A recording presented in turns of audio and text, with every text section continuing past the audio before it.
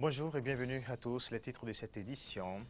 Prières, sacrifices et réjouissances, la communauté musulmane célèbre ce 12 septembre 2016 la Tabaski. Dans cette édition, le point de la célébration à Cotonou-Calavi, sans oublier les images du rituel de lapidation du Satan au Hadj 2016 qui coïncide cette année avec la fête de Tabaski. Sur le continent, un séisme de magnitude 7,5 a frappé ou a secoué ce samedi la Tanzanie avec pour bilan 16 morts, des centaines de blessés et de sans-abri. Le tremblement de terre a été plus ressenti dans la province de Kagera, dans le nord-ouest du pays. En interactualité aux États-Unis, la célébration du 15e anniversaire des attentats des tours jumelles de World Trade Center a réuni les deux candidats à la présidentielle américaine ce dimanche. Voilà pour le sommet.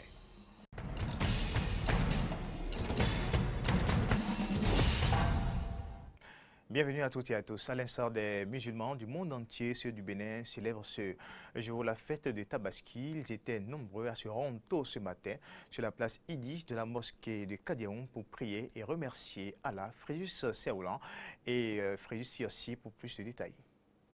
Ce lundi 12 août 2016, sur la place Idi de la mosquée centrale de Kadéon, fidèles musulmans, hommes, femmes et enfants, ont glorifié Allah.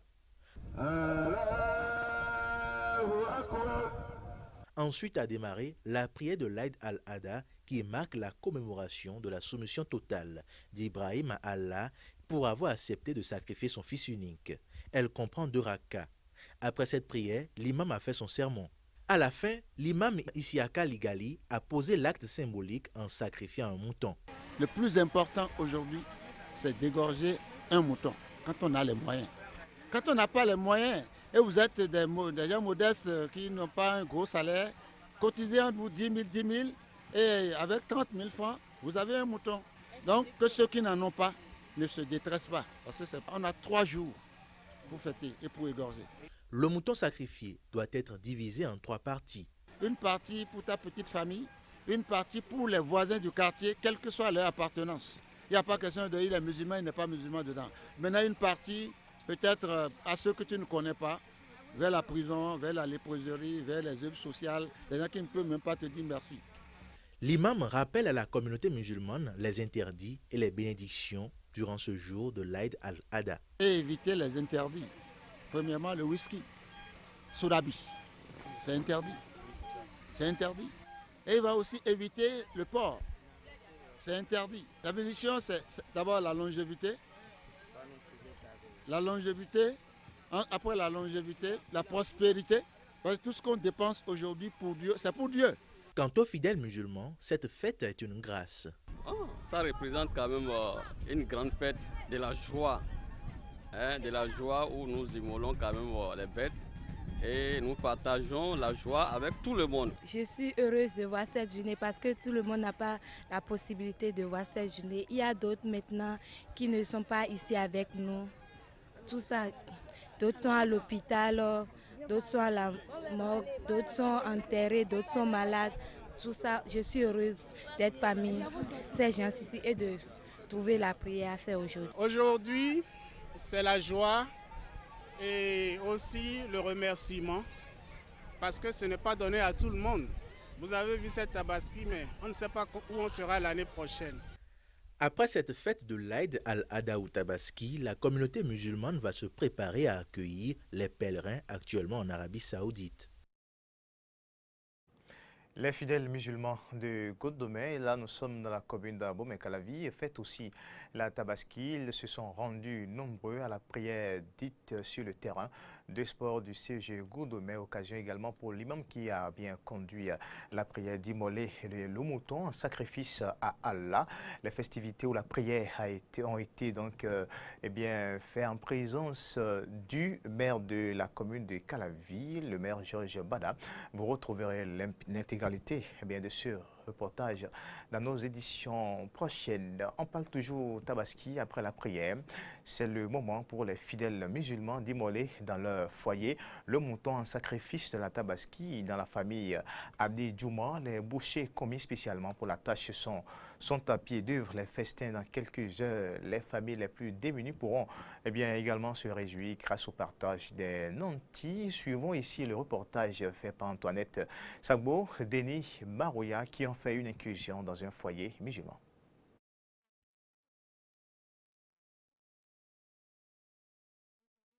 fête de l'Aïd el-Kébir, chaque fidèle musulman, chez lui, peut maintenant sacrifier des bêtes pour l'occasion. Ici, dans la famille Adedjouma, pas de répit chez ceux qui abattent les animaux tels que le mouton, le bœuf, entre autres. De quoi pourront un morceau de viande cette famille et d'autres personnes. Nous avons acheté les moutons qui ont des cornes. Parce que c'est ça qui est indiqué pour faire la fête de Tabaski. Et nous avons déjà tué les moutons. Et après ça, nous allons préparer pour nous. Nous allons préparer à donner aux cohabitants, aux amis du quartier. Et le reste, nous allons partager à ceux qui n'ont pas eu les moyens de pouvoir immoler un mouton. C'est ce que Dieu a demandé. Et nous allons faire ça. Après ça, bon, il peut y avoir un peu de fête, se réjouir un peu. En tout cas, toute la journée aujourd'hui, c'est la journée d'une grande réjouissance. La maîtresse de maison n'attend que les bouchées pour entamer la préparation des mets de la Tabaski. Je m'apprête à faire la cuisine, ça n'a pas commencé. On attend qu'on finisse de nettoyer les moutons. Et puis nous, on commence par faire la cuisine. Et après, on va faire la fête, faire à manger et partager. Plus qu'une question d'heure, et les membres de la famille Adedjouma, leurs invités, pourront déguster et savourer ces différents mets. Tabaski, les fidèles musulmans hors du Bénin fêtent également l'événement des musulmans malaisiens sacrifient des vaches pour l'Aïd al-Adha, la fête du sacrifice dans la mosquée Sultan Saloudi, Abdul Aziz à Salah, Ahmed. Direction Mecque. Plus de 1,8 million de pèlerins musulmans célèbrent lundi la fête du sacrifice et se consacrent au rituel de la lapidation de Satan à Mina, endeuillé l'an dernier par la pire tragédie de son histoire. La lapidation lors de laquelle les pèlerins jettent symboliquement des cailloux sur des stèles va constituer un moment à haut risque du Hajj. Le 24 septembre 2015, le rituel avait tourné au cauchemar. Quelques 2300 pèlerins, dont 464 Irakiens avaient péri dans une gigantesque bousculade. Lundi matin, il a débuté sous haute surveillance policière. Écoutons quelques réactions. Il y a une grande différence avec les années précédentes. Avant, nous devions prévoir une nuit à l'avance comme venir lancer les pierres. Aujourd'hui, nous sommes arrivés, lancer les pierres et repartis naturellement. Les transports avant, c'était avec des bus, ce qui causait des embouteillages. Mais maintenant, il y a le train. Que Dieu m'aide et qu'il aide le monde, tous les musulmans partout dans le monde, avec l'esprit en paix, la famille en paix et que tout le monde soit en paix. Dieu soit loué. La transition est trouvée pour parler interactualité. Gabon, environ 1 million de partisans de l'opposant Jean Ping ont organisé samedi une marche pacifique à Libreville. Ceci en hommage aux victimes des violences post-électorales qui ont secoué le Gabon après la proclamation des résultats de l'élection présidentielle du 27 août dernier. Jean Ping était accompagné d'autres anciens caciques du pouvoir ralliés à l'opposition, notamment l'ancien président de l'Assemblée nationale Guy Nzumba Ndama et l'ex-premier ministre Casimir Oye Mba. Suivons ici quelques propos recueillis. On n'a pas eu peur, nos intentions ne sont pas mauvaises. C'est pour rendre hommage à tout ce sang qui a coulé au nom de la liberté. Nous le faisons au nom de la liberté, au nom de la libération de notre pays, de notre nation. Je souhaite simplement que la Cour lise le droit et rien que le droit. Parce que ce soit du côté de Ping que du côté d'Ali, nous avons les documents nécessaires pour que la Cour prenne la justice et donne la vérité à nous tous. C'est un rassemblement très important pour nous parce que c'était pour rendre hommage à ceux qui sont tombés sous les balles. Qu'ils sachent que nous, leurs parents qui sommes restés ici, nous ne les oublions pas. Nous attendons avec impatience les résultats de la Cour constitutionnelle parce que nous savons que nous avons gagné. Le peuple gabonais a gagné, ce n'est pas M. Ping. C'est le peuple gabonais qui a gagné et qui installe M. Jean Ping comme président de la République gabonaise. Au moins 16 personnes ont été tuées, 253 blessés dans la province de Kagera, dans le nord-ouest de la Tanzanie, frappée samedi par un séisme. La secousse a également été ressentie au Rwanda, au Burundi, au Kenya et en Ouganda, où des dégâts mineurs ont été observés. Un séisme de 5,7 sur l'échelle de Richter, selon l'Institut géographique américain, a frappé samedi la Tanzanie et les pays voisins. L'épicentre du séisme, qui s'est produit à 12h27 GMT, se trouvait à 23 km à l'est de la ville de Usunga, dans le district de Bukoba, dans l'extrême nord-ouest de la Tanzanie et tout près du lac Victoria. Le bilan actuel est de 16 morts, 253 blessés. Un groupe de 15 élèves internes dans une école secondaire figurait parmi les morts et blessés. Pour le compte des bilans matériels, on peut compter 840 bâtiments détruits, dont 44 bâtiments de services publics pour toute la région de Kagera. Ce séisme a fait également de nombreux sans-abri. Je n'ai nulle part où aller, ma maison a été rasée. Je voulais me réfugier chez mon frère, mais sa maison aussi est démolie. Je suis sûr que le gouvernement ne pourra pas reconstruire nos maisons, mais entre-temps, il pourrait nous aider avec du matériel de reconstruction pour des tentes, comme ça a été fait pour les réfugiés de la baie de Sango. Je pense croire qu'il y a quelques fissures dans la colline parce qu'à un moment, il y a eu un éboulis de rochers et nous avons eu peur que ça nous atteigne. La secousse a été également ressentie au Rwanda, au Burundi, en Ouganda et au Kenya, ainsi que faiblement à Bukavu, dans l'est de la République démocratique du Congo. Les séismes ne sont pas rares dans la région des Grands Lacs, mais ils sont généralement moindres. Immersion au royaume de Lesotho, où prévaut une véritable fièvre hippique. Et chaque propriétaire de chevaux rivalise d'ardeur et d'ingéniosité pour dresser et entraîner davantage pour les prochaines courses de chevaux. Reportage.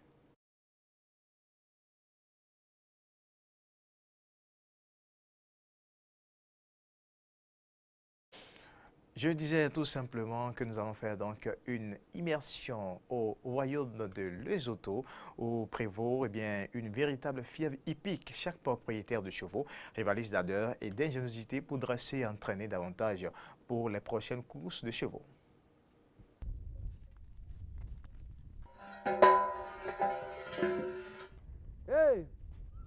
À 16 ans, Modikeng est l'un des meilleurs jockeys du Lesotho. À l'année, il travaille comme berger, mais à la veille d'une course importante, il se voit déjà passer la ligne d'arrivée en tête.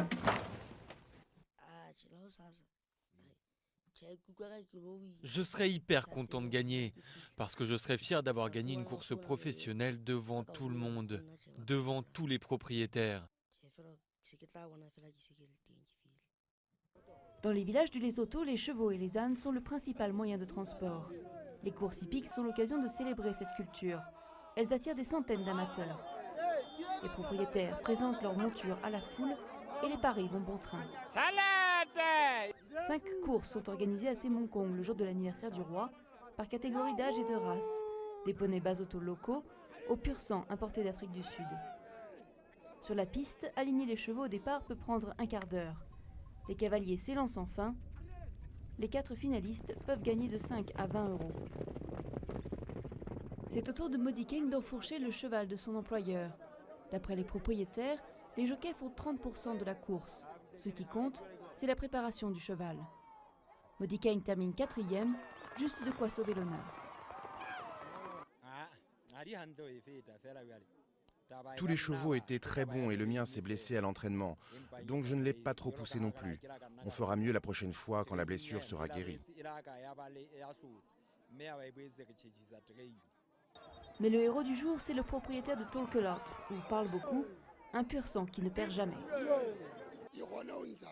C'est parce que je l'entraîne beaucoup, sans le laisser partir, en le retenant tout le temps. Au total, 1000 euros de prix sont distribués. Les courses sont sponsorisées par des entreprises et par l'Agence nationale du tourisme. Ces sponsors permettent de faire vivre la tradition, mais aussi de la professionnaliser pour gagner de la reconnaissance à l'international.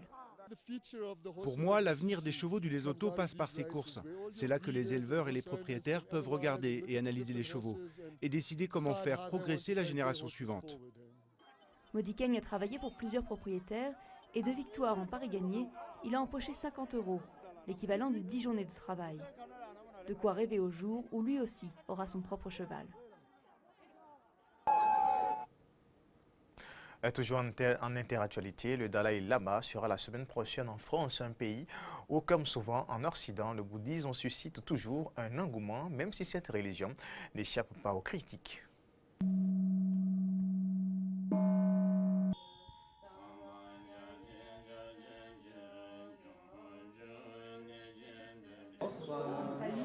C'est l'heure de la rentrée dans ce petit centre bouddhiste de Paris. Les habitués s'y retrouvent pour une soirée de méditation. Ici, on pratique un bouddhisme ni laïque ni monastique, assez largement tourné vers les occidentaux. Je trouve qu'aujourd'hui, on vit dans une société qui est basée essentiellement sur la performance. Et j'avais envie de décrocher un petit peu de ça. J'étais un homme d'action.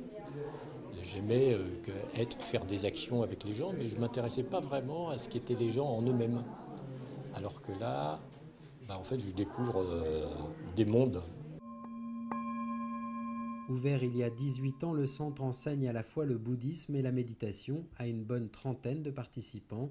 En ce début septembre, les cours pour débutants affichent complet, un grand changement par rapport à ce qu'a vécu la responsable du centre, arrivée d'Angleterre il y a 13 ans. Je voyais des gens qui étaient assez méfiantes, en fait, qui se demandaient encore si le bouddhisme n'était pas un culte, un secte. S'ils venaient ici pour méditer, on ne parlait pas souvent à leur famille ou au boulot, par exemple. Temple tibétain Kagyu-dzong dans le bois de Vincennes à Paris. Ici, le bouddhisme se pratique sur un fond plus religieux. Bouddha de médecine, Tara verte ou Mahakala, les rituels y sont pratiqués quasi quotidiennement devant un public de touristes de passage ou de convaincus. Souvent, on voit des jeunes vers 20 ans, 30 ans, et même des personnes peut-être à la fin de leur vie qui cherchent quelque chose. C'est plus, dans ce cas-là, c'est plus un chemin, mais c'est un sens et encore un espoir. Espoir, sens à la vie, développement personnel. En Occident, le bouddhisme sert finalement souvent à combler des vides, mais pour cet anthropologue des religions, auteur d'une longue enquête de terrain sur les coulisses du bouddhisme occidentalisé, il y a là un brin de schizophrénie, voire de mystification. J'avais en face de moi des gens qui disaient refuser la religion et qui pratiquaient des rituels, se prosternaient devant un lama, avalaient des pilules magiques pour purifier leur karma, tournaient autour de reliques, faisaient des prières à des divinités. Je me suis dit, mais comment peut-on dire qu'on refuse la religion et en même temps faire ça ? Des questions et des critiques inévitables pour une religion aujourd'hui pratiquée par environ 1 million de personnes en France, sans oublier quelques 5 millions de sympathisants.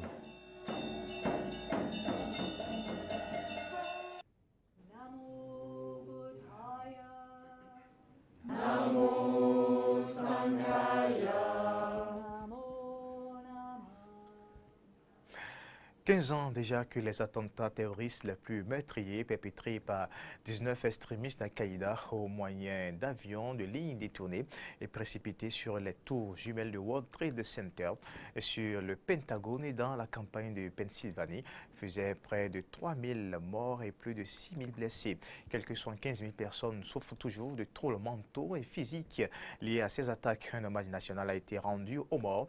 La cérémonie a connu la présence de Barack Obama, des deux principaux candidats à la présidentielle américaine et bien d'autres personnalités. Ce dimanche 11 septembre 2016, la présence de Hillary Clinton à cette cérémonie d'hommage devrait consolider sa statue présidentielle. Suspendu au mois de juillet pour des raisons de sécurité à cause du sommet de l'OTAN et des JMJ, le petit trafic frontalier a été rétabli par la Pologne avec l'Ukraine, mais pas avec l'enclave russe de Kaliningrad, aux grandes dames, j'allais dire, des commerçants frontaliers polonais. Reportage. La frontière entre l'enclave russe de Kaliningrad et la Pologne, presque vide. Ici, au cours des dernières semaines, le trafic a baissé de 30%. Le 1er juillet, pour raison de sécurité, à cause du sommet de l'OTAN à Varsovie et des JMJ à Cracovie, la Pologne a suspendu son petit trafic frontalier avec ses voisins de l'Est. Ces accords bilatéraux autorisaient les citoyens des zones limitrophes à passer la frontière sans visa dans un intérêt touristique et commercial. Un mois plus tard, la Pologne les a rétablis avec l'Ukraine, mais pas avec Kaliningrad, sur fond de tensions entre Varsovie et Moscou. Le maintien de la suspension de ces accords a été décidé pour des raisons de sécurité. La Pologne dénonce l'agression russe en Crimée et dans l'est de l'Ukraine. Depuis, la tension monte entre Varsovie et Moscou. La Russie ne cesse de renforcer son arsenal militaire dans l'enclave de Kaliningrad. En réponse, l'OTAN va déployer 4 bataillons, un dans chaque pays balte et un en Pologne. Les scénarios d'une grande attaque armée, d'une invasion de petits hommes verts ou d'une guerre hybride pourraient bien arriver à Kaliningrad. La suspension du petit trafic frontalier avec Kaliningrad est une mauvaise nouvelle pour le tourisme régional. La zone où le visa n'était pas nécessaire englobait la région des lacs et une partie du littoral de la mer Baltique. La situation est encore plus grave pour les commerces frontaliers dont la survie dépend de l'affluence russe. Il y a de moins en moins de clients dans le secteur des services et aussi malheureusement dans les magasins. Certains commerçants évoquent une chute de leurs ventes de 70%. D'après le ministre de l'Intérieur polonais, les Russes de Kaliningrad ont dépensé près de 70 millions d'euros en Pologne en 2015, mais les Polonais à Kaliningrad ont dépensé encore plus, environ 100 millions d'euros, essentiellement de l'essence et des cigarettes à bas prix. Cet argent, l'État polonais compte en récupérer une partie avec la fermeture du petit trafic frontalier. Jusqu'à nouvel ordre, les habitants frontaliers devront désormais acheter un visa pour environ 300 € par an. C'est tout pour cette édition. Bonne fête de Tabaski à tous nos amis et fidèles musulmans. À demain.